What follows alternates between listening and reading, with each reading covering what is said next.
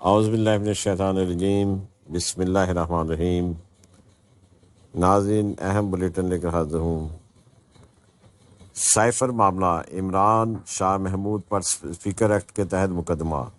P T I chairman توشہ خانہ کے بعد سائفر میں بھی باقاعدہ گرفتار۔ وائس چیئرمین کو ایف آئی اے نے اسلام آباد میں پریس کانفرنس کے بعد حراست میں لے لیا۔ دونوں رہنماؤں پر سائفر غائب کرنے، مندرجات کو ذاتی فائدے اور مذموم مقاصد کے لیے حقائق کو مسخ کرنے کا الزام۔ مقدمے میں تحریک انصاف کے دیگر رہنما بھی نامزد۔ پاکستان اور افواج کے خلاف کسی بھی انکشاف پر کارروائی ہوگی۔ صدر کے آفیشل سیکرٹریٹ آرمی ایکٹ بلوں پر دستخط۔ فوجی اہلکار ریٹائرمنٹ، استعفیٰ، برطرفی کے بعد 2 حساس ڈیوٹی پر تعینات اہلکار افسر 5 سال تک سیاسی سرگرمی میں حصہ نہیں لے گا۔ خلاف ورزی پر 2 سال تک قید بامشقت کی سزا ہوگی۔ امن کا مسئلہ پیدا، ریاست کے خلاف کام کرنے، ممنوعہ جگہ پر حملہ کرنے والا مجرم ہوگا۔ چیئرمین پی ٹی آئی کا کوئی متبادل نہیں، پارٹی میں کشمکش کا تاثر غلط ہے، Shah Mahmood Qureshi. P T I core committee میں کوئی گروپ بندی نہیں، Umar Ayub. Toshakhana case, chairman P T I کی رہائی کی درخواست منگل کو سماعت کے لیے مقرر۔ وزارت خارجہ میں بڑے پیمانے پر تقرر و تبادلے۔ آئیں اب ایک اہم خبر کی طرف جاتے ہیں۔ چرچز پر حملے، اسلامی تعلیمات کے خلاف گرجا گھر بنانے کا اتنا ہی حق ہے جتنا مسلمانوں کو مسجد بنانے کا۔ جسٹس فائز عیسیٰ۔ شریعت کی اس خلاف ورزی کو کسی بدلے یا انتقام سے جواز نہیں دیا جا سکتا۔ گرجا گھروں پر کوئی حملہ کرے تو مسلمان اس کے خلاف جہاد کریں، دیگر مذاہب کے لوگوں کی حفاظت اور نقصان کی تلافی کریں۔ جسٹس قاضی کا دورہ، جڑاں متاثرین کی مالی مدد، اہلیہ نے راشن تقسیم کیا۔ مسیحی آبادیوں میں سہولتیں، سیکیورٹی بہتر بنانے کی ہدایت۔ صفائی نہ کرانے پر ڈپٹی کمشنر جبکہ ایس ایس پی کو سامنے تفتیش نہ کر پر سی پی او سے برہمی کا اظہار۔ دریاؤں میں پھر سیلاب، 3 بچوں سمیت 9 افراد ڈوب گئے۔ کشتی الٹنے سے 15 مسافر کو بچا لیا گیا۔ آرہوالا میں 1 قصور کے سرحدی علاقوں سے 2 افراد کی لاشیں مل گئیں، باقی کے لیے سرچ آپریشن الرٹ جاری۔ شکر گڑھ، بہاول نگر، پاک پتن کے دور دراز علاقے منچنامات بھی خطرے میں، دفعہ 144 نافذ، نقل مکانی تیز کر دی گئی۔ فروری میں انتخابات کرانے کے باتیں آئین کے خلاف ہیں، Peoples Party. Lahore high court نے 3 مرلے پر پراپرٹی کا 44 سالہ پرانا تنازع حل کر دیا۔ پی پی کا اعتراض، سر آنکھوں پر نئی حلقہ بندیاں آئینی تقاضا ہے، رانا ثناء اللہ۔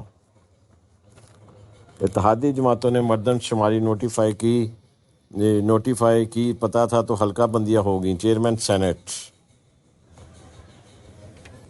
مہنگائی کے مارے ہوئے عوام پر مزید حملوں پہ تیز حملے، سبسڈی واپس۔ یوٹیلیٹی سٹورز پر 20 کلو آٹا 1544 روپے مہنگا کر دیا گیا۔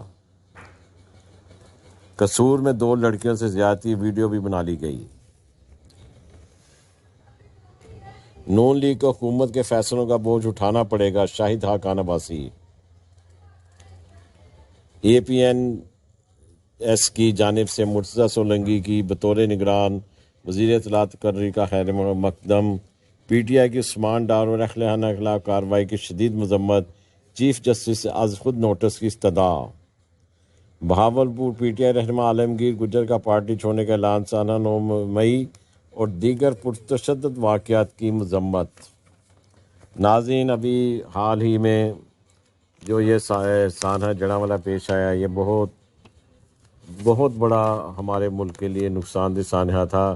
اس میں غیر ملکی قوتیں کام کر گئی، جس میں خاص طور پہ ہمارے خلاف بھارت شامل ہے، اور اس کی جتنی مذمت کی جائے کم ہے۔ اور دوسرے ہمارے لوگ جو ان سازشوں کو نہیں سمجھ رہے، بیچارے گرے ہوئے عوام کو جو آگے پسے ہوئے ہیں، پیسہ جوڑ کے صفائی کر کے جنہوں نے گھر بنائے ہوتے ہیں، اور بلا وجہ کسی وجہ سے کسی دشمن کی حرکت، ناپاک حرکت کی وجہ سے ان کے گھروں کو مسمار کر دیا گیا۔ روتے بچے، چیختی چلاتی خواتین نہیں دیکھی جا رہی تھیں۔ بڑا سخت ظلم ہوا، اور لوگوں کو چاہیے تھا اگر ایسی چیز ہے تو اس کو پوری طرح انویسٹیگیشن کر کے جو بندہ اس میں ملوث تھا اس کو سزا دیتے، اس کے بجائے کہ آپ نے ہر آدمی کو اٹھا کے گھر جلا دیے، ان کے بچوں کے جھیز جل گئے۔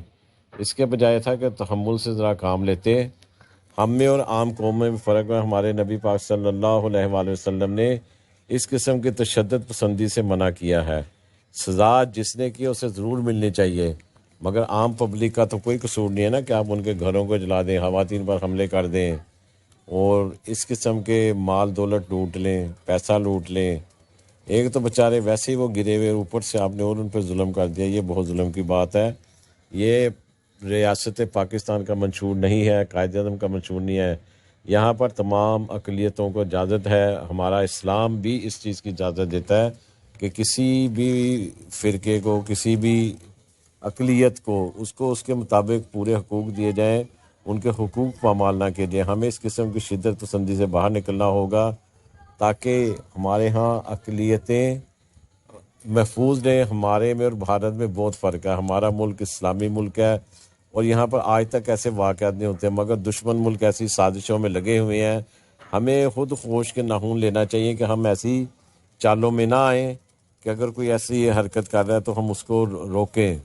عام بچے اور خواتین کا کوئی قصور نہیں ہوتا۔ آپ ایک مجرم ملزم کو ضرور پکڑیں، اس کو گورنمنٹ بیٹھی ہے سزا دینے کے لیے۔